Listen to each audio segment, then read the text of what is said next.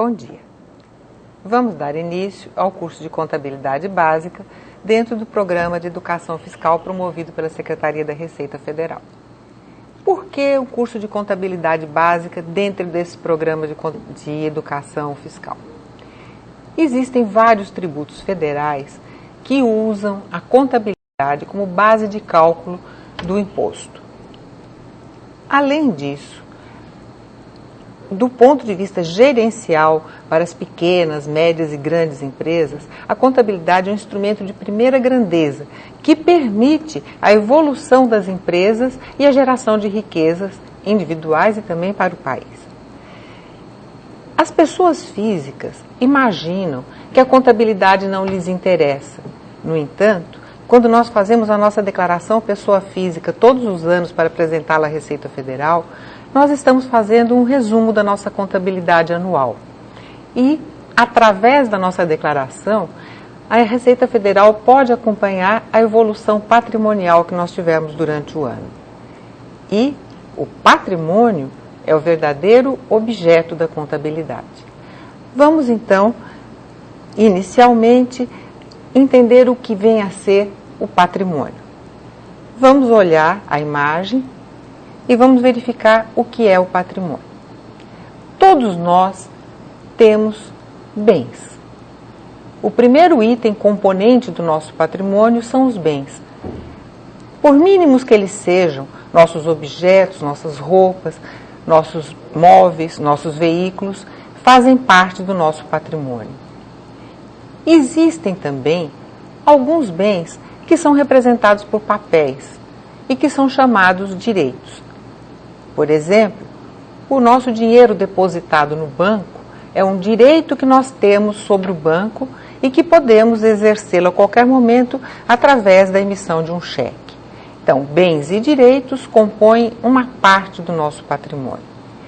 Mas não estaria completo o nosso patrimônio se nós não reconhecêssemos que nós também temos obrigações. Obrigações no sentido de dívidas que oneram o nosso patrimônio. Por exemplo, se nós temos um apartamento adquirido pelo sistema financeiro e do qual apenas parte foi quitada, nós podemos dizer, eu tenho um imóvel que vale 100 mil reais, dos quais eu já paguei 20, mas que falta pagar ainda 80. Se nós não levássemos em conta nossas obrigações, nós teríamos incluído no nosso patrimônio apenas um apartamento de 100 mil reais, omitindo que parte desse patrimônio, na verdade, ainda não é nosso.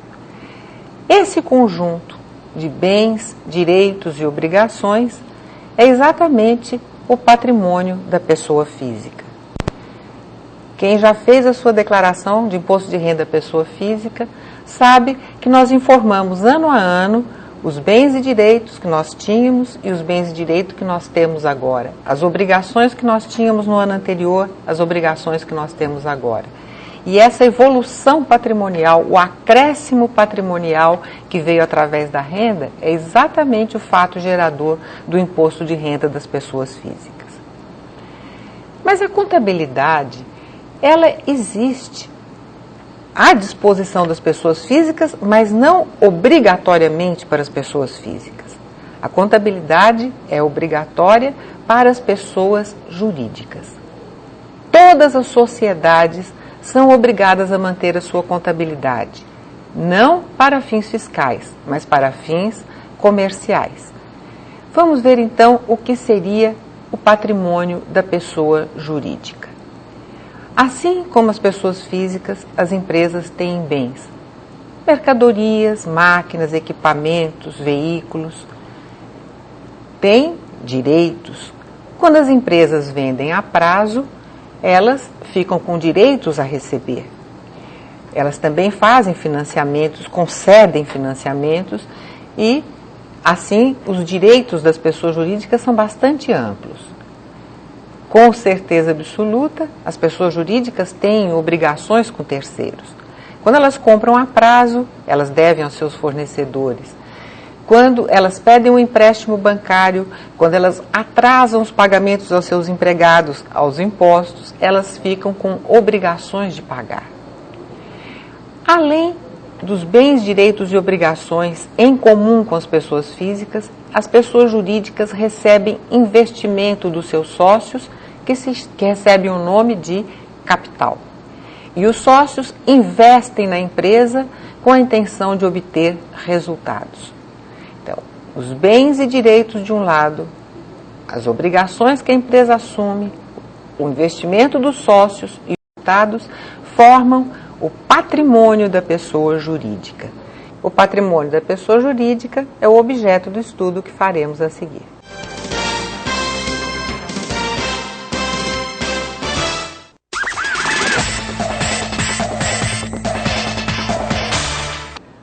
O patrimônio da pessoa jurídica, como nós já vimos, é composto então de bens, direitos, obrigações, investimento dos sócios, que é chamado de capital, e dos resultados.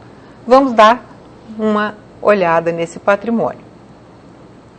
A contabilidade costuma dividir esse patrimônio e esquematizá-lo demonstrando em dois retângulos, o retângulo da esquerda e o retângulo da direita. No retângulo da esquerda, a contabilidade vai relacionar todos os bens e direitos da empresa. No retângulo da esquerda, ele vai ser subdividido em dois. Na parte superior, a contabilidade vai esquematizar o passivo da empresa. E na parte inferior, o patrimônio líquido. O que vem a ser esses três subconjuntos que formam o conjunto do patrimônio da empresa. Inicialmente, o que é chamado de ativo. Ativo é o conjunto formado por todos os bens e direitos de uma empresa. Então, revisando o conceito, ativo é o conjunto de todos os bens e direitos de uma empresa.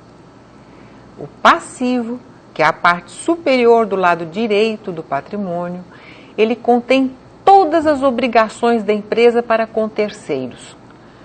Tudo o que ela deve fica relacionado nessa parte superior do retângulo direito. A parte inferior é exatamente aquela que contém os elementos típicos do patrimônio de uma pessoa jurídica.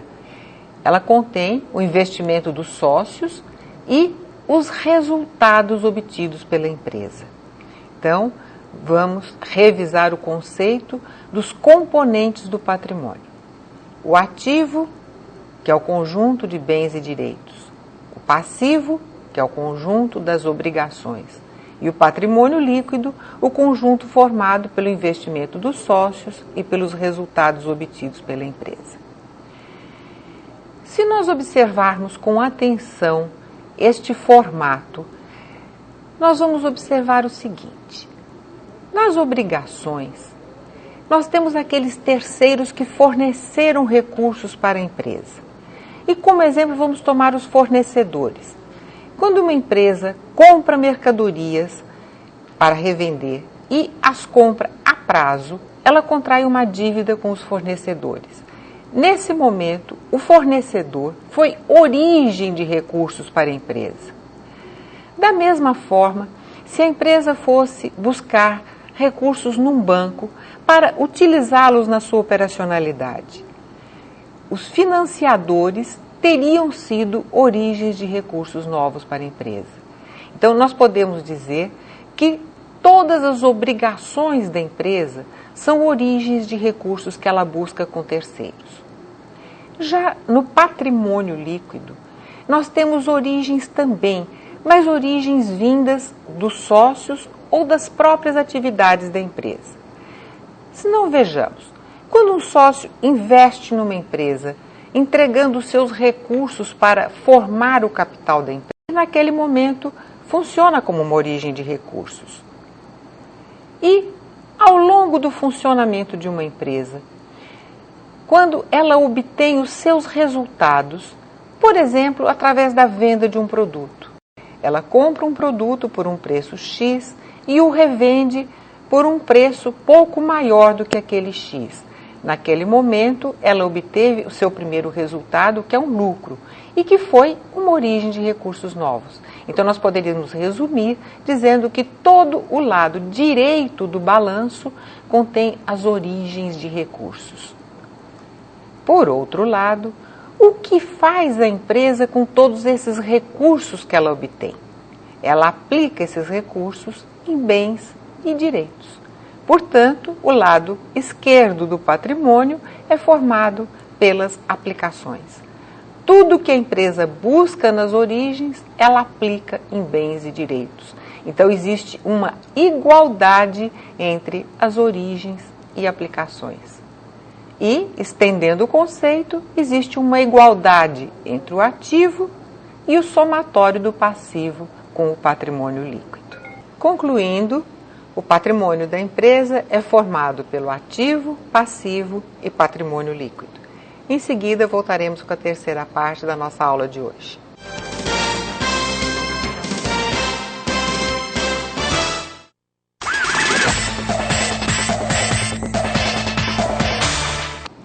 O patrimônio da pessoa jurídica, que nós já conhecemos, é o objeto da contabilidade. O patrimônio está em constante modificação, tanto qualitativa quanto quantitativa. E é a função da contabilidade acompanhar e controlar essas alterações. A demonstração do patrimônio a qualquer momento é feita dessa forma esquematizada nos dois retângulos, como nós mostramos. E como existe uma igualdade entre esses dois retângulos, essa demonstração se chama balanço patrimonial, como se fossem dois pratos de uma balança em permanente equilíbrio. Vamos observar. O ativo do lado esquerdo, o passivo e o patrimônio líquido do lado direito. Existindo uma igualdade entre as origens e aplicações, existe uma igualdade entre os dois retângulos. E nós vamos denominar essa demonstração de balanço patrimonial. Esse gráfico nos permite chegar à equação fundamental da contabilidade, que é a igualdade existente entre o ativo e o somatório do passivo com o patrimônio líquido. Então, a qualquer tempo, esta equação matemática tem que ser verdadeira.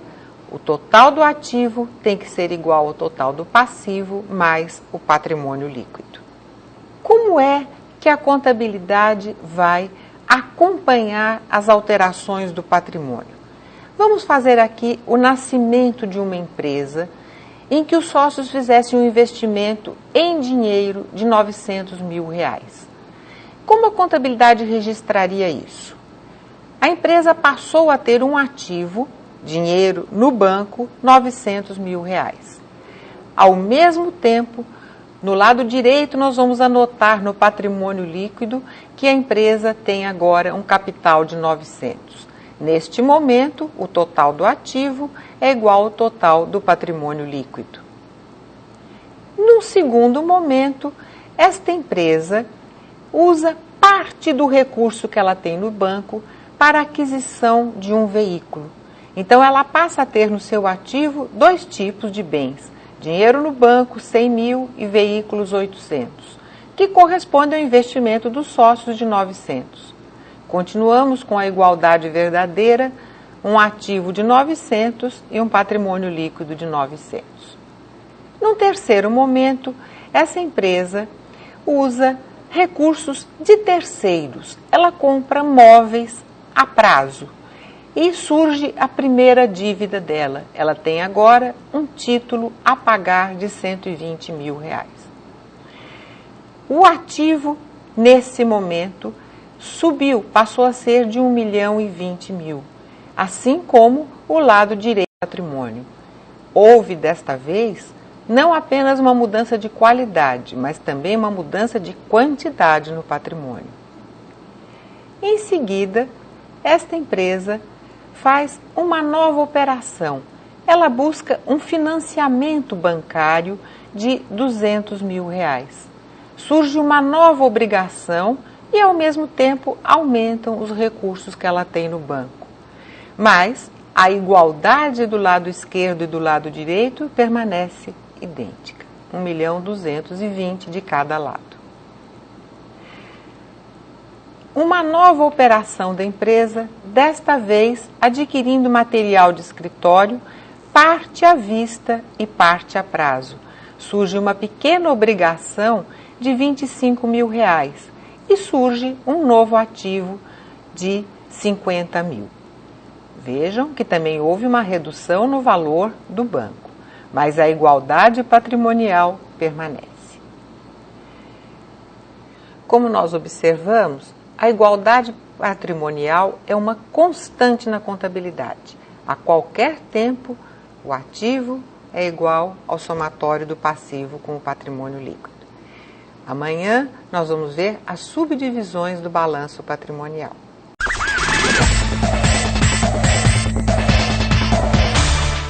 Bom dia! Vamos iniciar as aulas de hoje analisando a demonstração de resultado do exercício. É a segunda demonstração financeira, obrigatória tanto para fins comerciais como para fins fiscais. Basicamente, a demonstração de resultado do exercício vai demonstrar todas as receitas deduzidas de todas as despesas da empresa e, enfim, apontando o resultado obtido por ela. Como a empresa terá vários tipos de receitas e vários tipos de despesas, a Lei das SA previu uma ordem rigorosa e bastante lógica para a apresentação desses resultados. Vejamos como vem a ser a demonstração na sua forma legal. Inicialmente, será demonstrada a receita bruta da empresa. Em seguida, deduções da receita bruta. Não se preocupem, porque mais para frente nós iremos analisar cada um desses itens. Diminuídas as deduções da receita bruta, nós encontraremos a receita líquida da empresa. A receita líquida vai ser afetada pelo custo das mercadorias vendidas e, em seguida, nós vamos encontrar o primeiro resultado apontado pela DRE. É ainda um resultado grosseiro, que não levou em conta todas as receitas e todas as despesas, por isso ele é chamado ainda de resultado bruto. Em seguida, vamos demonstrar as demais despesas que afetaram a vida da empresa. E aí sim, nós chegaremos ao que é chamado resultado operacional.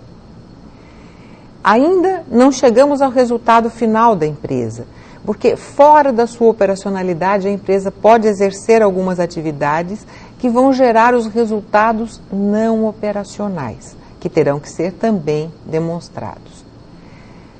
Antes de se apurar o lucro final, nós vamos ter que demonstrar quem são os participantes dos lucros, que participam dos lucros antes até mesmo dos sócios da empresa. E, finalmente, os impostos que incidem sobre o lucro, que são impostos federais, o imposto de renda e a contribuição social sobre o lucro líquido. Aí sim, nós teremos o resultado líquido da empresa. Observem que várias vezes ao longo dessa demonstração surgiu a palavra resultado. Resultado é uma palavra genérica, que poderia ser, no caso de um resultado positivo, lucro, e no caso do resultado negativo, prejuízo. Assim é que, na demonstração de resultados, se logo ao deduzir o custo das mercadorias da receita líquida nós encontrássemos prejuízo, ela demonstraria um prejuízo bruto. Se deduzidas as despesas nós tornássemos a encontrar prejuízo, nós teríamos um prejuízo operacional. Se os resultados não operacionais fossem positivos, nós teríamos um lucro não operacional, que poderia nos levar ao final da demonstração a um lucro líquido. Ou seja, sempre que aparecer a palavra resultado nessa demonstração, esse resultado poderá ser positivo ou negativo, lucro ou prejuízo. Em seguida, vamos detalhar os pedacinhos da demonstração de resultado. O primeiro conceito que nós precisamos aprender na DRE é o que vem a ser receita bruta. Receita bruta não se confunde com faturamento bruto. Faturamento é o que a empresa cobra por aquilo que ela entregou. Mas o faturamento contém alguns tributos que não são propriedade da empresa. Por exemplo, a empresa muitas vezes cobra do seu cliente o IPI.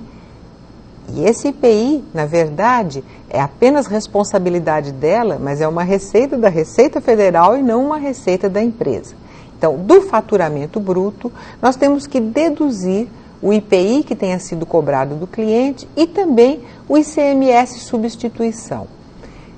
Deduzidos esses dois tributos do faturamento bruto, é que vai aparecer a receita bruta, que é o primeiro item da DRE. Então, faturamento menos impostos incidentes sobre o faturamento, nós encontraremos a receita bruta.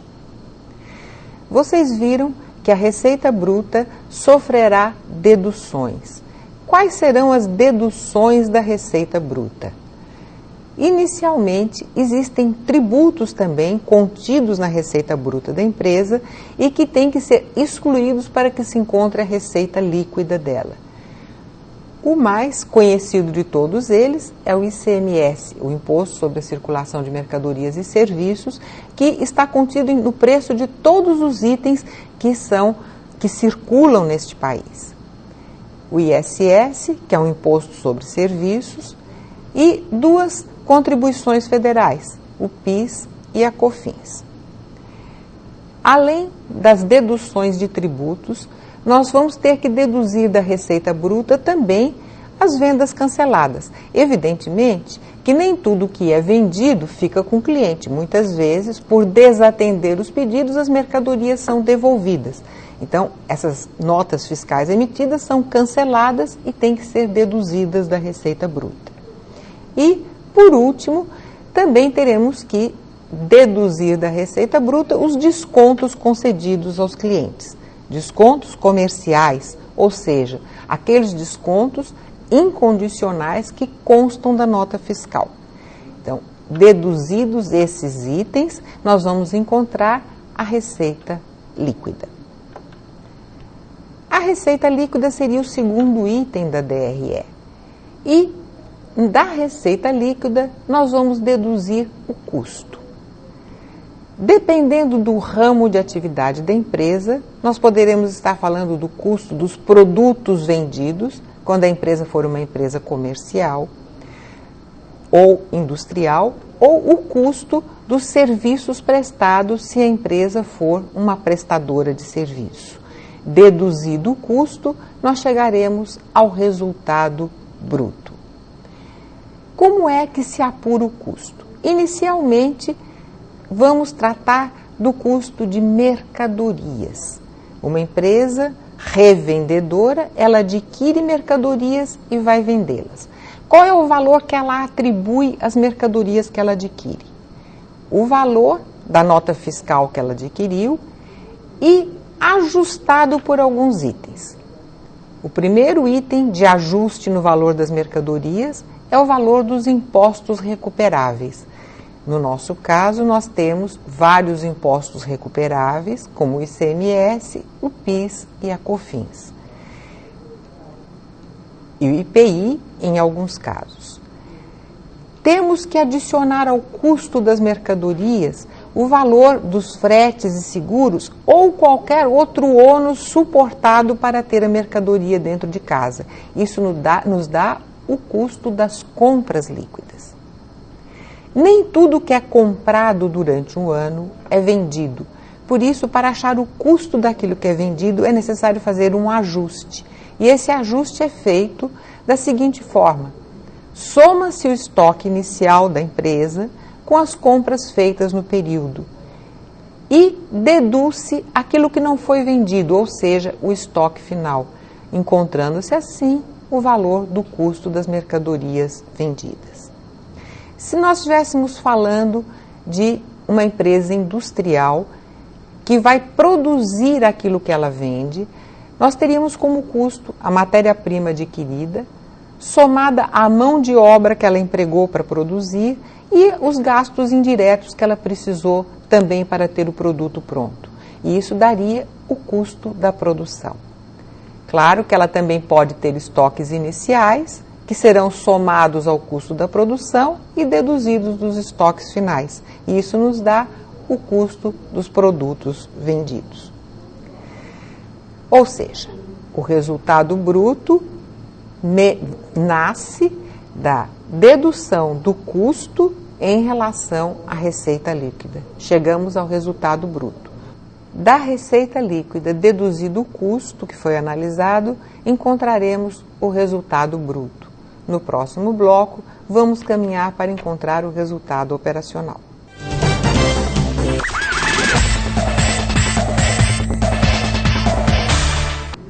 Nós já encontramos o resultado bruto da empresa. Vamos ver agora quais são os outros itens que afetam o resultado e permitem encontrar o resultado operacional da empresa. Vejam, até agora, nós só levamos em conta uma receita, que é a receita principal da empresa, aquela que ela existe para oferir, a sua receita bruta. E, basicamente, também só levamos em conta uma despesa, também tende a ser a despesa principal, que é o custo. Mas no exercício de suas atividades, a empresa terá também outras despesas e outras receitas operacionais. São tantas essas despesas operacionais que a Lei das SA a dividiu em 4 subgrupos. O primeiro desses grupos são as despesas com vendas.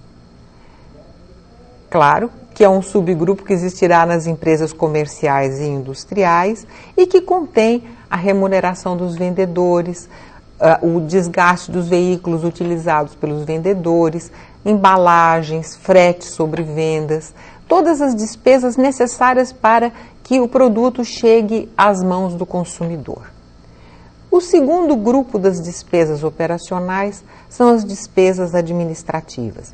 Esse tende a ser um item grande, porque ele contém as folhas salariais e também todas as despesas necessárias para a administração, material de limpeza, material de escritório, bens de consumo utilizados, tudo que é necessário para que a empresa possa ser administrada. O terceiro grupo é o grupo das despesas financeiras. Dificilmente uma empresa consegue trabalhar sem ter que necessitar de financiamentos bancários. E essas despesas financeiras fazem parte da sua operacionalidade e são demonstradas destacadamente no resultado operacional. Além desses 3 grupos tão específicos, a lei permitiu um grupo mais genérico que contém outras. Então, seriam outras despesas operacionais que não se encaixaram em nenhum dos blocos anteriores. Nós podemos citar aí, por exemplo, alguns tributos que incidem, por exemplo, sobre o patrimônio, o IPTU, o IPVA, que são outras despesas operacionais. Além das despesas operacionais, ocorre que as empresas possam ter outras receitas operacionais, que não são necessariamente a sua receita principal. Imagine, por exemplo, que uma empresa comercial tenha uma sala desnecessária ao seu funcionamento e alugue essa sala. A receita oferida pelo aluguel não é uma receita principal da empresa, mas faz parte da sua operacionalidade. Então, esta soma algébrica das receitas e despesas operacionais com o resultado bruto nos permite encontrar o resultado operacional da empresa. Esse resultado traduz aquilo que a empresa conseguiu exercendo a sua atividade. Basicamente, esse é o resultado esperado da empresa. Mas pode acontecer que a empresa tenha também receitas e despesas não operacionais. Basicamente, as receitas e despesas não operacionais estão relacionadas à venda do ativo permanente. Ao estudar o balanço, nós vimos que o ativo permanente é aquele que a empresa não tem a intenção de vender.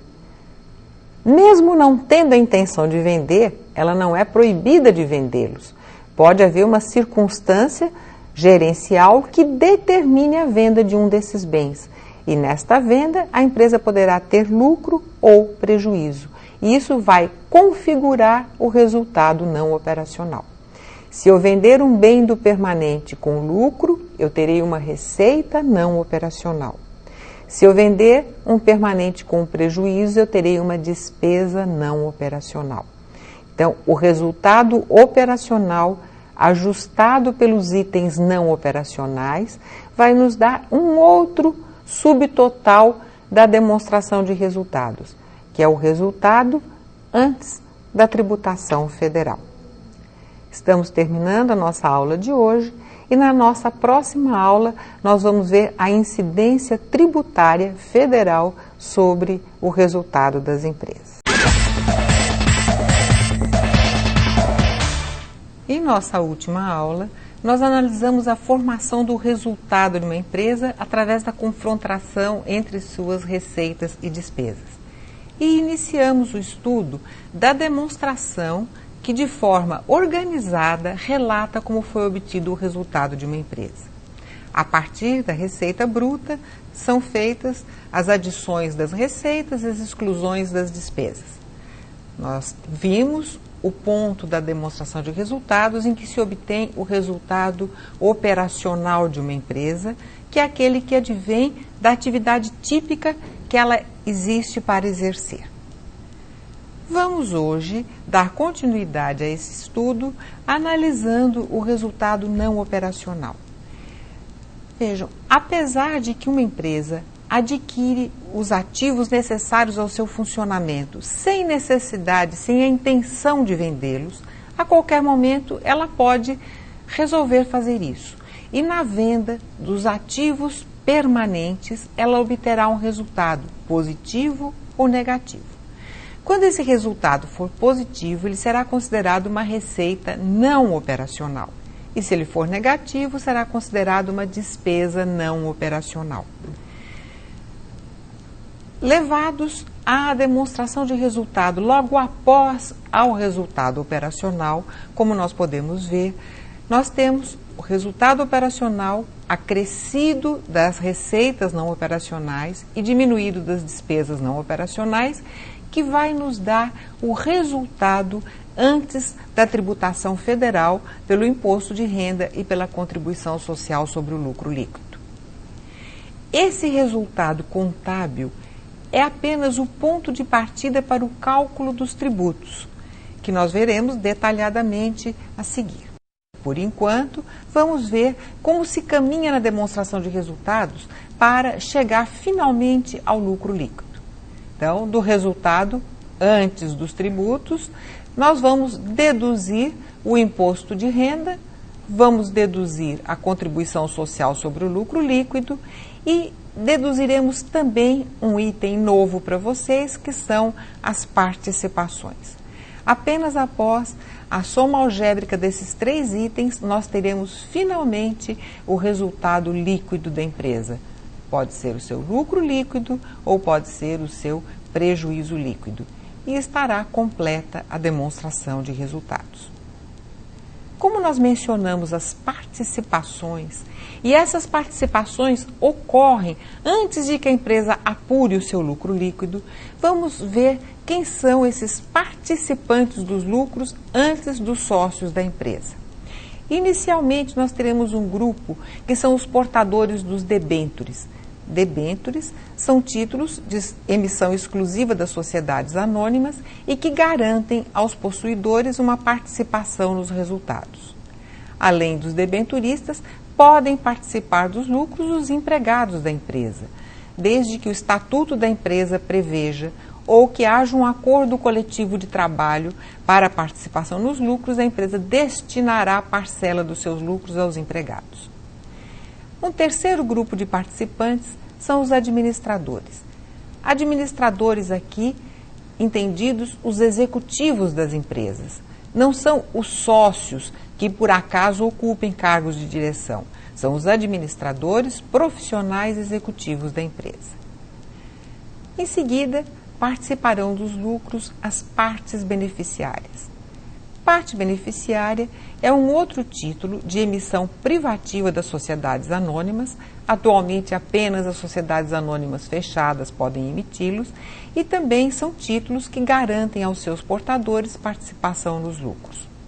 E, finalmente, uma empresa pode distribuir parte do seu lucro para a formação dos fundos de aposentadoria para os seus empregados.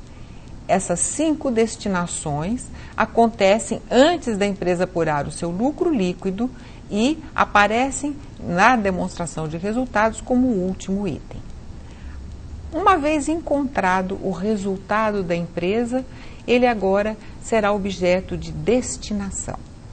Numa empresa limitada, a destinação se dará através de uma reunião de diretoria que determine como vai ser empregado o lucro. Numa sociedade anônima, será convocada uma assembleia ordinária com fim específico de destinação. A seguir, veremos os detalhes da apuração do resultado e da sua destinação.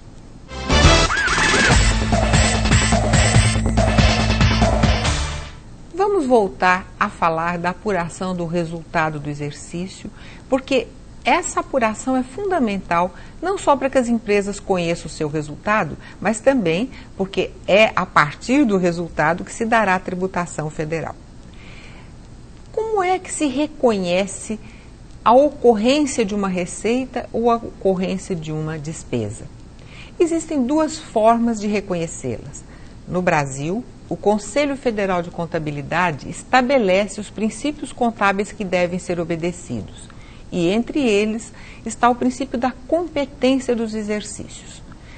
Além de ser um princípio contábil determinado pelo Conselho Federal, o princípio da competência também faz parte da legislação societária e fiscal no Brasil. Portanto, a apuração dos resultados deverá obedecer o regime de competência. O que é o regime de competência? O regime de competência ele trata das receitas e das despesas, como se fossem 2 faces de uma moeda. Em relação às receitas, o regime de competência determina que elas sejam reconhecidas no momento em que elas são ganhas, mesmo que não tenham sido recebidas. Pode parecer estranho esse conceito, mas vejam, vamos imaginar o momento de uma venda. Se a venda aconteceu à vista, o vendedor recebe em troca dinheiro. Se a venda aconteceu a prazo, o que recebe a empresa que vendeu? Recebe o direito de cobrar. Então, tudo que a empresa recebe pelo que ela faz se chama receita. Portanto, o momento de reconhecimento de uma venda é no momento em que a mercadoria é entregue ao cliente e não no momento em que a mercadoria é paga. Portanto, revisando, receitas serão reconhecidas no momento em que forem ganhas. E ganha significa que a empresa já tem o direito de cobrar. O reverso desta medalha é o que trata das despesas. E em relação às despesas, o regime de competência diz que elas serão reconhecidas no momento em que elas forem incorridas, não importa que não tenham sido pagas. Vamos tomar como exemplo o salário do pessoal num determinado mês, digamos no mês de janeiro. Os funcionários trabalham durante o mês de janeiro e a empresa poderá pagar este salário em janeiro ou poderá, de acordo com a legislação trabalhista, pagá-la no início de fevereiro. Mas de que mês é a despesa? De janeiro em que os funcionários trabalharam ou de fevereiro em que ela foi paga? Pelo regime de competência, a despesa foi incorrida no mês de janeiro e é no mês de janeiro que ela deve ser contabilizada. Portanto, receitas reconhecidas no momento em que são ganhas, mesmo que não tenham sido recebidas. Despesas no momento em que forem incorridas, mesmo que não tenham sido pagas. O outro sistema possível para a contabilização dos resultados seria o regime de caixa. Pelo regime de caixa, nós teríamos a contabilização das receitas apenas no momento em que elas fossem recebidas. Então, vamos imaginar um hospital que preste serviços ao SUS e leve 6 meses para receber os serviços prestados. pelo regime de caixa, ele só reconheceria a receita no momento do recebimento e não mês a mês, à medida que foi prestando os serviços. Pelo regime de caixa, também as despesas só seriam registradas no momento em que fossem efetivamente pagas.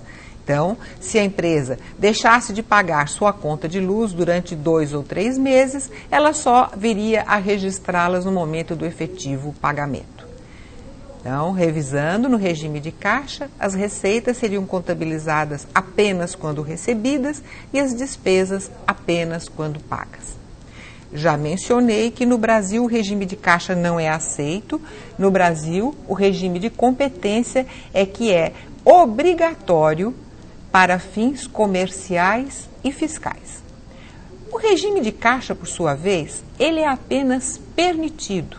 Num único caso, ele é permitido quando as empresas que são tributadas pela forma do lucro presumido escolhem fazer a sua contabilidade pelo regime de caixa.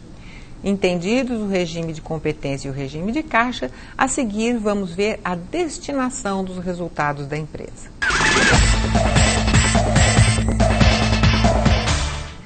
A demonstração de resultados que nós acabamos de estudar, ela permite à empresa demonstrar o seu lucro líquido. O que fazer com o lucro líquido da empresa? Vejam que todos os tributos já foram pagos, os participantes dos lucros antes dos sócios também já receberam sua parte, mas nós chegamos agora no momento em que a empresa vai decidir a destinação dos seus lucros. Se a empresa for limitada, isso é muito simples, basta que os sócios registrem em ata a sua decisão de distribuição. Numa sociedade anônima, ela deve obedecer certas regras e terá que convocar uma assembleia. E nessa assembleia vai ocorrer a destinação, que poderá ser para o pagamento de dividendos aos sócios ou para a manutenção em reservas no patrimônio da empresa. Nesse momento, vamos analisar um pouquinho o que significa esse termo reservas. Verifiquem que o lucro tem 2 destinações. Pagamento de dividendos, quando financeiramente os recursos sairão da empresa e irão para os sócios, ou a manutenção em reservas. Manter os lucros em reserva significa apenas não distribuí-los aos sócios. Esses recursos estão aplicados no ativo da empresa e ali permanecerão aplicados. Então, destinar para reserva significa apenas manter os recursos na empresa. Uma vez destinados os resultados, a empresa irá elaborar uma nova demonstração financeira, também obrigatória para sociedades anônimas, que é a demonstração dos lucros ou dos prejuízos acumulados. Qual é a forma desta demonstração? Vamos ver. Ela pode ter um saldo de lucros ou prejuízos acumulados que venha de períodos anteriores. Então, ela terá um saldo inicial. Este saldo inicial poderá sofrer ajustes. Mais para frente, nós veremos o que são esses ajustes. A empresa irá demonstrar também o resultado obtido durante o ano. Aquele lucro líquido apurado na demonstração de resultados será agora demonstrado nesta nova demonstração, mostrando o resultado obtido no período. Esses recursos agora, o saldo inicial acrescido dos resultados, é o total disponível para que a Assembleia faça destinações. E essas destinações serão ou para reservas ou para dividendos. E após essas destinações, nós teremos o saldo final dessa demonstração, ou seja, o que remanesceu na empresa depois da destinação.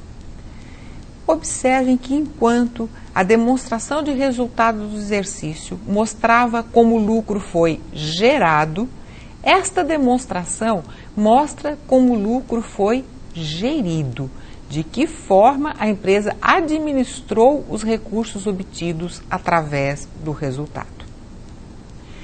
Adentrando o conteúdo da demonstração, vamos ver o que é que se considera ajuste ao saldo inicial. Há pouco nós falamos sobre o regime de competência. Se um fato ocorre num determinado exercício, ele não pode ser contabilizado em exercício diferente. Então, quando a empresa descobre, e é possível, é humano errar e se erra também na contabilidade, quando ela descobre um erro que é imputável a exercícios anteriores, ou seja, um erro detectado agora, mas que ocorreu em períodos anteriores, cujo balanço já foi encerrado, o resultado já foi apurado. Ela deverá corrigir este erro fazendo um ajuste ao saldo inicial desta conta. Então, esses ajustes são erros imputáveis a exercícios anteriores. O resultado do exercício pode ser lucro ou pode ser prejuízo, e isso nos leva ao total disponível. Este total disponível poderá ser destinado então para reservas, e as reservas de lucro, todas previstas pela Lei das Sociedades Anônimas, são as seguintes: a reserva legal, porque é determinada pela própria lei; a reserva estatutária, que ocorrerá quando houver previsão estatutária da formação desta reserva; reserva para planos de investimento, quando a empresa tiver este plano e quiser destinar recursos para ele; a reserva para contingências, que é a empresa prevenida guardando recursos para situações futuras de possíveis dificuldades; e, finalmente, a reserva de lucros a realizar, que é apenas uma reserva de lucros que se deram de forma econômica e não financeira, ou seja, não disponibilizaram recursos para serem distribuídos aos sócios. Então, após a contabilização, a demonstração dessas reservas, a gente chegará ao saldo no final do período. E estará encerrada a demonstração de lucros ou prejuízos acumulados. Na próxima aula, vamos estudar a incidência dos tributos federais sobre o lucro da empresa.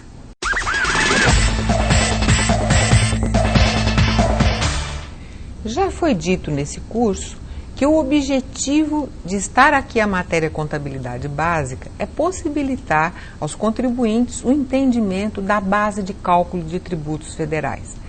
Que tributos federais são esses que nós estaremos analisando a seguir? Inicialmente, o imposto de renda.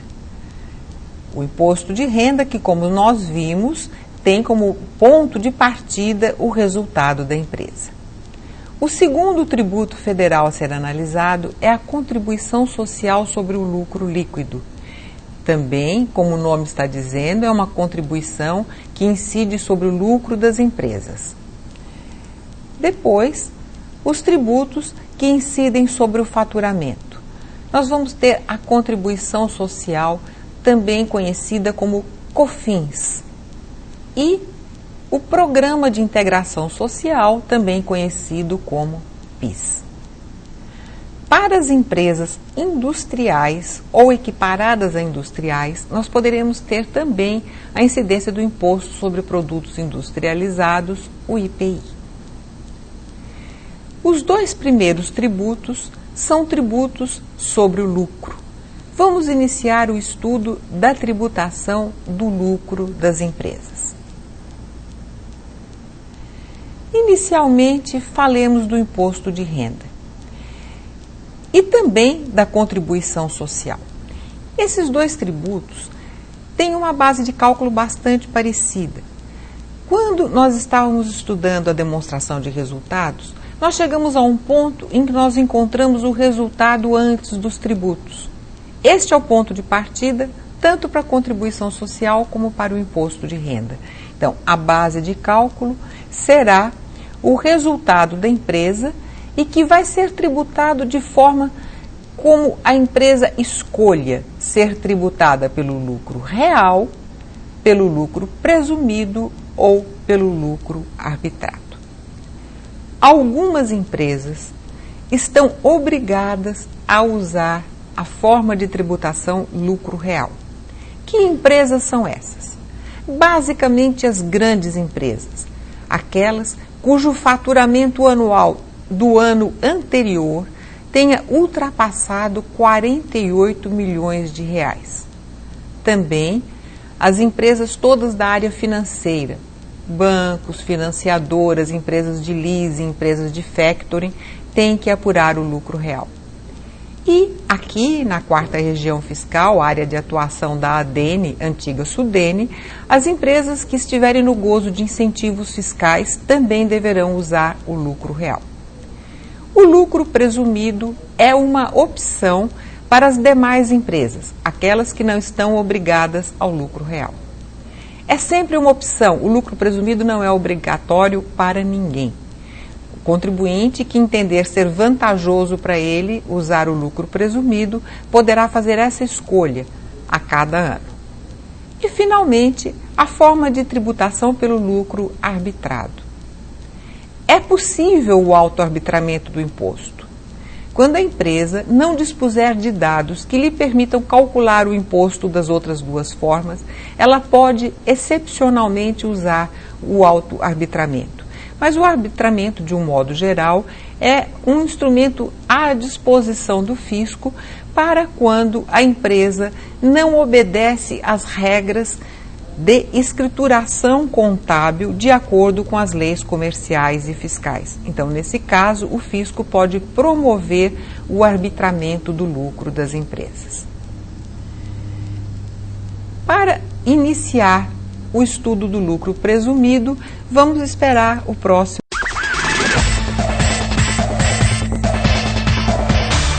Como nós vimos, o lucro presumido é uma opção da empresa. Quando a empresa escolhe o lucro presumido, ela não vai calcular o imposto de renda e a contribuição social com base no lucro contábil efetivamente apurado. Ela vai presumir um lucro com base no seu faturamento, de acordo com regras estabelecidas pela Receita Federal.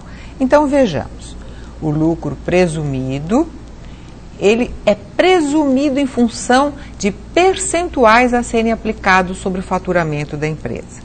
Por exemplo, uma empresa comercial ou industrial tem o seu faturamento, que é o total das suas vendas, e aplica sobre o total o percentual de 8%. Esses 8% serão considerados o lucro presumido a ser tributado pela Receita Federal. Se a empresa fosse prestadora de serviços, esse percentual seria diferente, seria de 32%. Então, em função da atividade exercida pela empresa, existem percentuais estabelecidos pela Secretaria da Receita Federal que serão aplicados para que se calcule o lucro sobre o qual incidirá a alíquota do imposto. O lucro presumido, ele dispensa a empresa de manter a contabilidade completa de acordo com as leis comerciais e fiscais. Dispensa, não proíbe. Se a empresa quiser, ela pode continuar fazendo a sua contabilidade. Porém, se ela não desejar fazê-la, e eu gostaria de ressaltar que a contabilidade para fins societários ela é sempre obrigatória.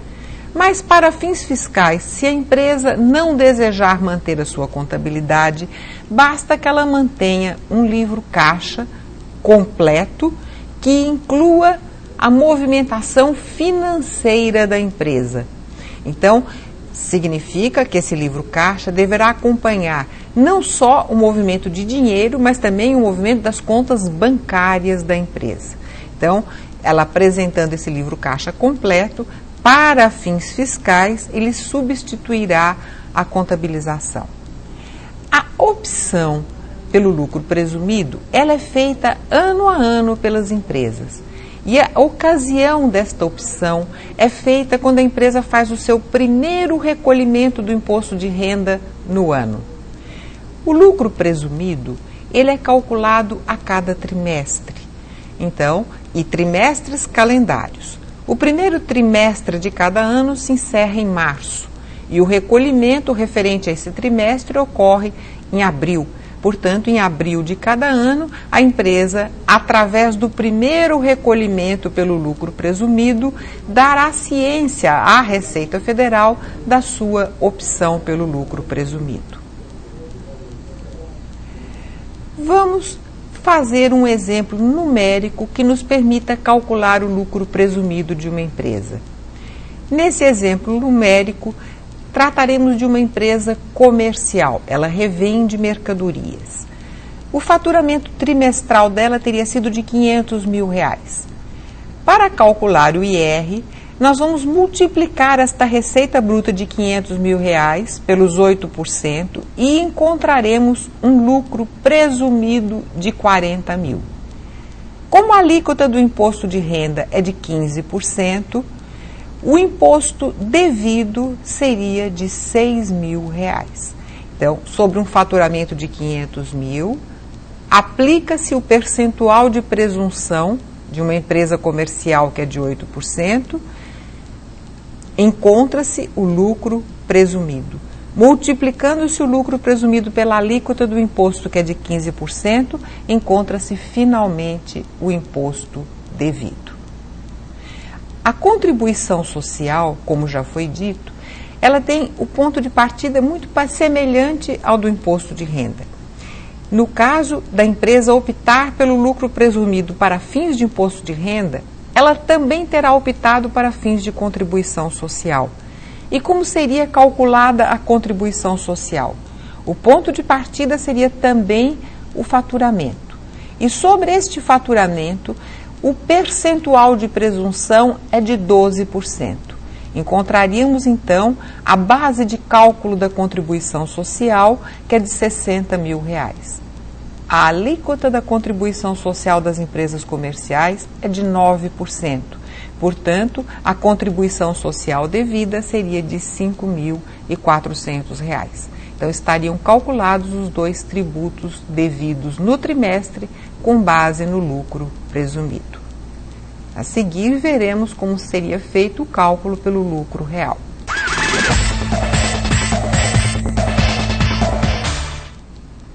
Vamos iniciar o estudo do lucro real. Inicialmente, bom dia! Vamos iniciar o curso de hoje revendo o quadro resumo dos registros contábeis que nós vimos na aula anterior. Então, olhando para nossa tabelinha, nós lembramos que havia uma convenção de que as contas de ativo tenham saldo devedor. Por esse motivo, elas serão debitadas no aumento e serão creditadas na redução. Em relação às contas de passivo, convencionou-se que elas tenham saldo credor, portanto, elas serão creditadas no aumento e debitadas na redução. Da mesma forma, o patrimônio líquido, que também fica do lado direito do patrimônio, será creditado pelos aumentos e debitado pelas reduções. Voltando agora àquele quadro onde nós combinamos a formatação do patrimônio e a formatação das contas do livro Razão. Vocês se lembram que nós tínhamos do lado esquerdo os débitos, do lado direito os créditos, do lado esquerdo o ativo, do lado direito o passivo e o patrimônio líquido. Há uma igualdade entre débitos e créditos, também há uma igualdade entre ativo, passivo e patrimônio líquido. E tendo em vista a determinação de que as contas de ativo têm um saldo devedor e as contas de passivo e patrimônio líquido têm um saldo credor, também é possível afirmar que o total dos saldos devedores será a qualquer tempo idêntico ao total dos saldos credores. Então, essa igualdade do lado esquerdo e do lado direito se refere também à totalidade dos saldos devedores e credores. Isso nos permite fazer um teste da igualdade matemática a qualquer tempo na contabilidade.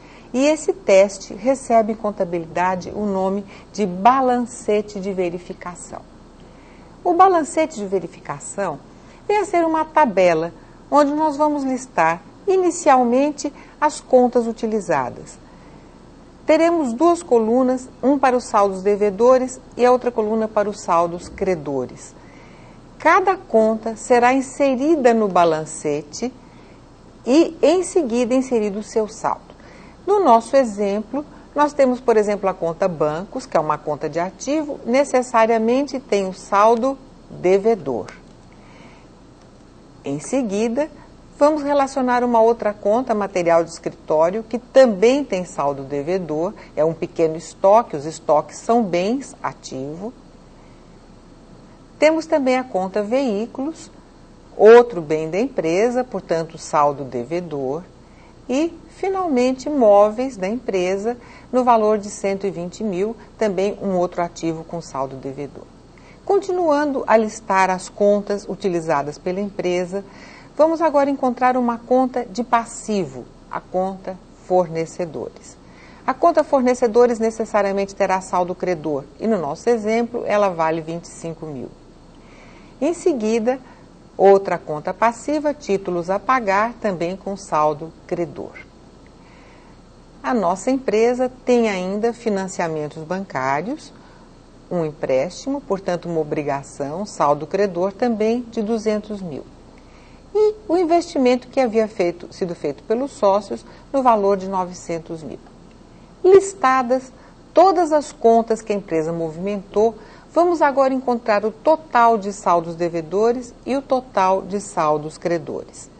No nosso exemplo, os saldos devedores somaram 1.245.000 e os saldos credores também 1.245.000.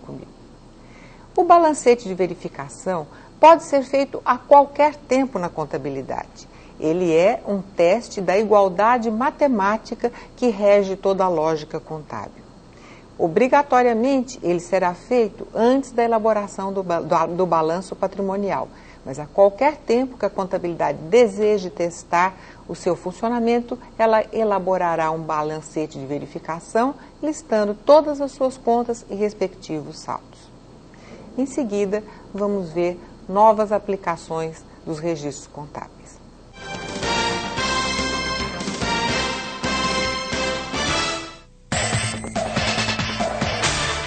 Vamos analisar o motivo pelo qual nasce uma pessoa jurídica.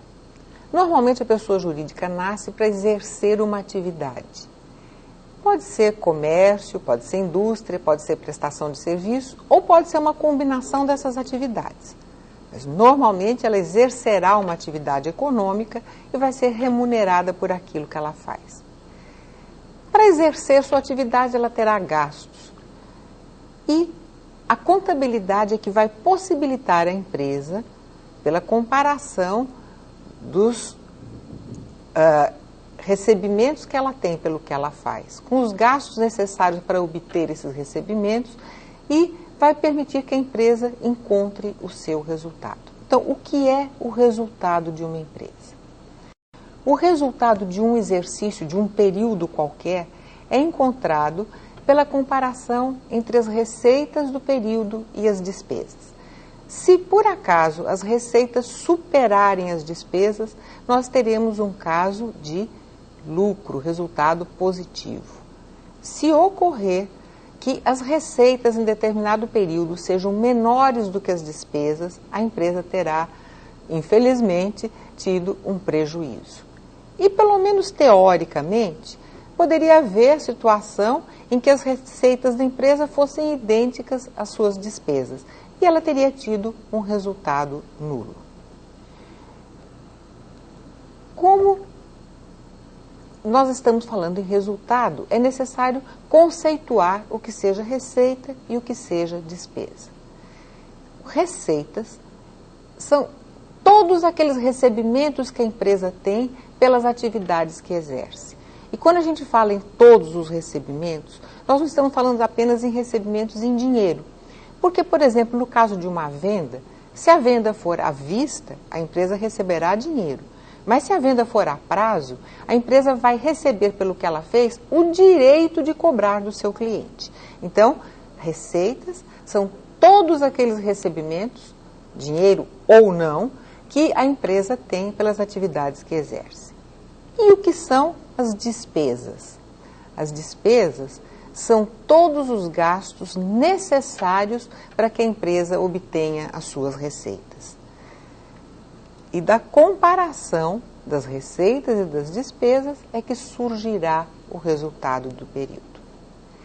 Quando nós falamos em exercício, nós estamos falando num período que coincide com o exercício social da empresa.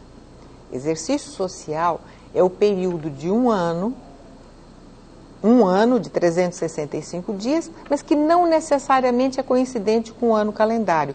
É um exercício social, aquele ano escolhido pela empresa para a medição dos seus resultados para aquele exercício. Para fins de tributos federais, obrigatoriamente, o exercício social terá que coincidir com o ano calendário. Por esse motivo, a maior parte das empresas encerra o seu exercício social no dia 31 de dezembro, de tal forma que o seu balanço societário coincida com o balanço que ela tem que fazer para apresentar à Secretaria da Receita Federal.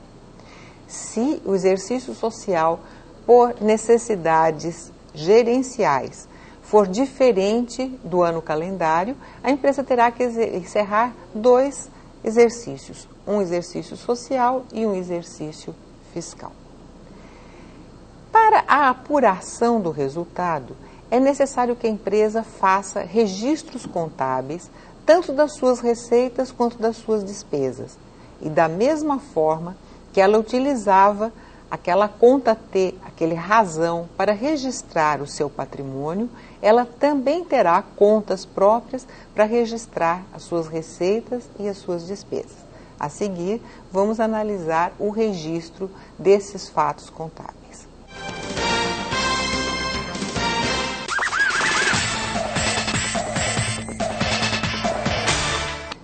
Vamos estudar agora a forma de registrar as receitas e as despesas. Vejamos, nós estamos apurando o resultado do exercício, que seria a comparação entre as receitas e despesas de um período. Suponhamos uma empresa que tivesse obtido 1 milhão de receitas e nesse mesmo período tivesse tido 800 mil de despesas. O seu resultado seria um lucro de 200 mil. Se esta empresa tivesse feito um esforço gerencial muito grande e tivesse conseguido aumentar a sua receita para 1 milhão e 200 mil, mantendo as suas despesas no mesmo patamar de 800, o lucro passaria a ser de 400 mil. Há um aumento nas suas receitas, que passaram de 1 milhão para 1 milhão e 200, correspondeu um aumento no lucro que passou de 200 para 400. Tendo em vista que as receitas tendem a aumentar o lucro, e o lucro faz parte do patrimônio líquido, todas as contas de receitas serão sempre creditadas. Lembrem-se que o patrimônio líquido tinha saldo credor, então os aumentos do patrimônio líquido são sempre registrados a crédito. Então, dessa forma, todas as contas de receita serão sempre registradas a crédito. Voltando ao nosso exemplo de uma empresa que teve 1 milhão de receitas e 800 mil de despesas, suponhamos agora que para obter essa receita de 1 milhão, a empresa tivesse necessitado fazer despesas no total de 900 mil. O lucro, que antigamente era de 200, passou a ser agora de 100.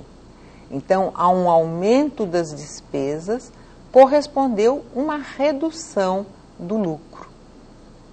Todas as despesas tendem a diminuir o lucro e, portanto, elas diminuem o patrimônio líquido. O patrimônio líquido diminui sendo registrado do lado do débito.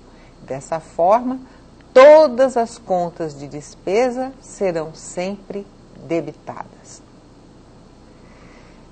Vamos analisar agora o registro contábil e a apuração do resultado de uma empresa.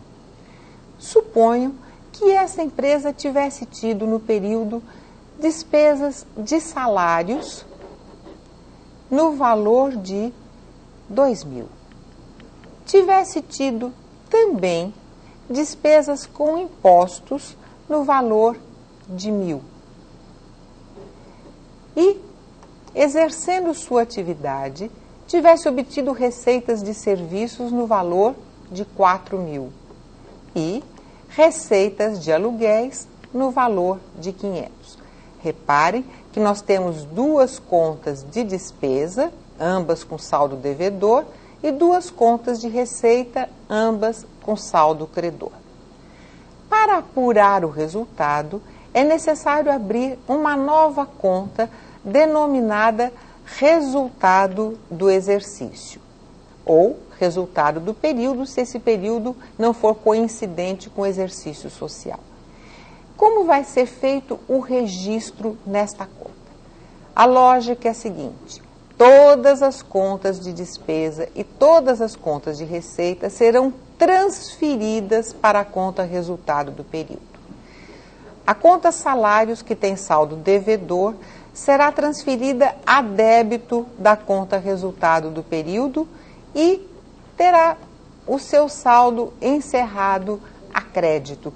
O valor que estava a débito de salários passa a estar a débito de resultado do período. Da mesma forma, a conta impostos, que tem saldo devedor, será debitada no resultado do período e tendo como contrapartida um crédito na conta impostos. As contas de receita, que tem saldo credor, serão debitadas, zerando o seu crédito, e transferidas também para a conta resultado do período. Em seguida, a última conta de receita, de aluguéis, será também debitada e transferida para resultado do período. Nesse momento, todas as contas de receita e de despesa foram concentradas no resultado do período. Vamos então tirar o saldo desta conta, que terá 3.000 a débito, 4.500 a crédito.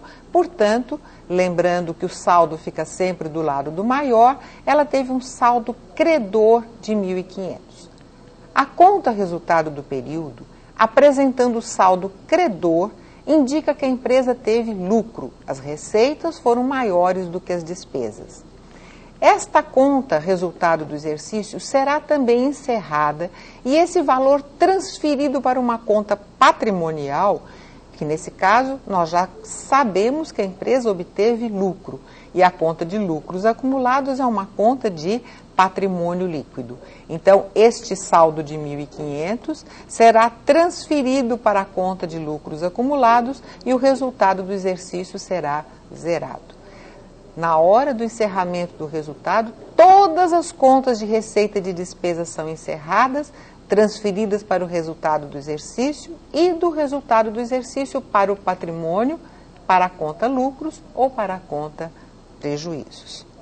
Vistos os registros contábeis, amanhã vamos começar a estudar as demonstrações financeiras da contabilidade. Bom dia! Vamos dar início ao estudo das demonstrações financeiras. As demonstrações financeiras foram estabelecidas pela Lei das Sociedades Anônimas e a maior parte delas é exigida também para fins fiscais. Vamos ver quais são as demonstrações financeiras. Nós já conversamos aqui e até mostramos para vocês o balanço patrimonial. O balanço patrimonial é uma demonstração estática, como se nós tivéssemos tirado um retrato do patrimônio naquele momento. Em seguida, nós temos a demonstração do resultado do exercício. Na aula anterior, nós vimos que o resultado do exercício é encontrado pela diferença entre receitas e despesas. Essa demonstração, ela visa mostrar como foi formado o resultado da empresa. Todas as receitas e todas as despesas obtidas no período de forma ordenada para que se conheça como o lucro foi gerado. A demonstração seguinte é a demonstração de lucros ou prejuízos acumulados. O lucro gerado através do resultado e demonstrado na demonstração de resultado do exercício, ele vai ser gerido pela empresa de um período a outro. E essa nova demonstração de lucros ou prejuízos acumulados tem por objetivo demonstrar como foi gerido o resultado da empresa. Em seguida, nós temos uma demonstração que não é obrigatória para fins fiscais e também não é obrigatória para fins societários. As empresas que elaborarem a demonstração das mutações do patrimônio líquido ficam desobrigadas de elaborar a demonstração de lucros ou prejuízos acumulados, porque essa demonstração, ela contém a anterior. Então, se a empresa optar por fazer a demonstração das mutações do patrimônio líquido, ela fica dispensada de elaborar a demonstração de lucros ou prejuízos acumulados. A quinta e última demonstração financeira sofreu agora, em 31 de dezembro de 2007, uma profunda modificação. Existia a previsão da elaboração da demonstração das origens e aplicações de recursos, também chamada DOAR. Porém, uma alteração legal ocorrida em dezembro de 2007 introduziu uma nova demonstração financeira que se chama demonstração do fluxo de caixa. Essa demonstração tende a acompanhar as disponibilidades da empresa de um período a outro, mostrando como a empresa obteve recursos e como ela empregou esses recursos financeiros. Então, atualmente, temos essas 5 demonstrações. Para fins fiscais, são obrigatórias apenas as primeiras: balanço patrimonial, demonstração de resultado do exercício e demonstração de lucros e prejuízos acumulados. As outras 2 são apenas para fins societários. Em seguida, vamos começar a analisar uma a uma em seus detalhes. As demonstrações financeiras são obrigatoriamente publicadas pelas sociedades anônimas e são também parte integrante da declaração do imposto de renda das pessoas jurídicas. E essas demonstrações, elas contêm números. E muitas vezes esses números são insuficientes para a compreensão dos fatos que elas estão relatando. Por isso, as demonstrações financeiras recebem complementações. Que complementações são essas? Notas explicativas. Todos os fatos que não ficarem suficientemente claros através de números devem ser objeto de uma nota explicativa. Também serão publicados relatórios da diretoria, onde as decisões importantes que afetaram o patrimônio da empresa durante o período são relatadas. E, por último, haverá também o parecer dos auditores. Esse parecer não é obrigatório para todas as empresas, apenas para sociedades anônimas e atualmente também para as empresas de grande porte. E são auditores independentes e que dão a sua opinião ou o seu aval às demonstrações que estão sendo publicadas ou apresentadas pelas empresas. Vamos tratar do balanço patrimonial. Já foi aqui falado sobre o balanço patrimonial e, na ocasião, nós mencionamos que esse balanço tinha subdivisões. Vamos analisá-las agora. Vejamos, o ativo vai ser subdividido em 3. O ativo circulante, o ativo realizável a longo prazo e o ativo permanente. O passivo, por sua vez, subdividido em passivo circulante exigível a longo prazo. O patrimônio líquido não contém subdivisões. O que é que nós vamos colocar no ativo circulante? Todos aqueles bens e direitos que rapidamente se transformarão em dinheiro. Da mesma forma, no passivo circulante, nós vamos registrar todas as obrigações que terão que ser pagas rapidamente. Vocês veem que, tanto do lado esquerdo como do lado direito, abaixo do circulante nós temos itens de longo prazo. No realizável a longo prazo, nós vamos registrar os bens e direitos para os quais se imagina uma demora no recebimento. E, no exigível a longo prazo, aquelas obrigações que haverá demora para o pagamento.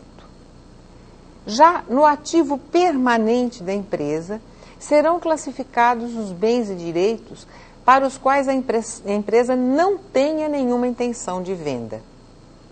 E, no patrimônio líquido, serão registrados os investimentos dos sócios e os resultados, que pertencem à empresa, portanto, não têm previsão de pagamento.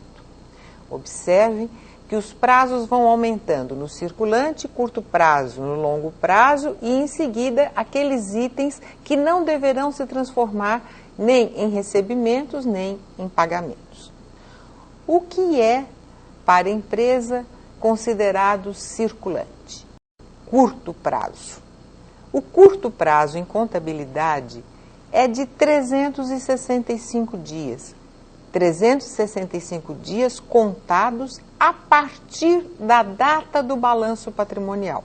Por esse motivo, observem que a primeira informação que todos os balanços patrimoniais trazem é a data em que eles estão sendo elaborados. Então, o curto prazo compreende o período de 365 dias a partir da data de elaboração do balanço. Que itens nós encontraríamos no ativo circulante? Inicialmente, o disponível. Disponível é aquilo que já é dinheiro. Por exemplo, caixa e os recursos depositados em banco e que podem ser sacados imediatamente. Em seguida, nós vamos encontrar as contas a receber. Quando uma empresa vende ou presta serviços a prazo, ela fica com direitos a receber dos seus clientes. Os estoques. Estoques são bens destinados à venda e para os quais a empresa tem a expectativa de realizar em menos de um ano. Investimentos temporários. Uma empresa pode perfeitamente fazer aplicações financeiras de curto prazo ou ter ações de outras empresas compradas com a intenção de serem revendidas a curto prazo. Então, esses investimentos temporários compõem também o ativo circulante.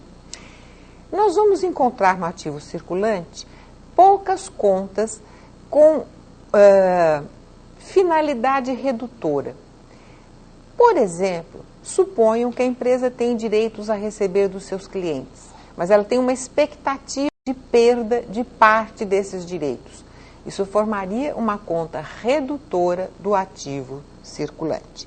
Então, recapitulando, no ativo circulante nós vamos ter todos os bens e direitos que deverão se transformar em dinheiro no curto prazo. Curto prazo, entendido, 365 dias a partir da data do balanço patrimonial. Visto o balanço patrimonial, na próxima aula vamos começar a analisar a demonstração de resultado do exercício. É interessante destacar que esse nome lucro real é um pouco infeliz, porque na verdade nós estamos falando do lucro fiscal das empresas. Nós vimos, quando demonstramos a DRE, que existe um ponto de partida para o cálculo dos tributos, que ainda não é o lucro líquido. Este ponto de partida é trazido para a apuração fiscal como o início do cálculo do lucro real. Como é que se calcula o lucro real? A partir da contabilidade, aquele subtotal encontrado é trazido para um livro fiscal que se denomina LALUR. LALUR é uma sigla que significa Livro de Apuração do Lucro Real. E neste livro serão feitos os ajustes previstos pela legislação do imposto de renda. A partir do resultado contábil se farão os ajustes fiscais. A apuração do lucro real pode ser trimestral ou anual. Quando nós falamos do lucro presumido, ficou claro que o lucro presumido será sempre trimestral. No caso do lucro real, a empresa poderá optar por apurá-lo trimestralmente ou anualmente. Caso a empresa opte por apurar o lucro real anual, ela terá que fazer antecipações mensais do imposto. Então, se ela escolhe o lucro real trimestral, a cada trimestre ela apura o seu lucro real e faz os recolhimentos correspondentes. Se ela opta por fazer o lucro real anual, ela fará recolhimentos mês a mês durante todo o ano com base em estimativas e no final do ano fará a apuração dos 12 meses e os ajustes finais necessários para adequar as antecipações que foram feitas. O livro de apuração do lucro real, ele é dividido em duas partes, a parte A e a parte B. A parte A do LALUR é destinada à apuração da base de cálculo do imposto. Então, o ponto de partida seria exatamente o resultado antes do imposto de renda. A este resultado serão feitas adições obrigatórias previstas pela legislação tributária e poderão ser feitas exclusões permitidas também pela legislação.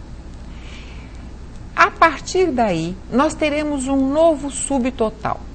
Este subtotal é importante porque depois dele nós faremos a compensação de prejuízos fiscais.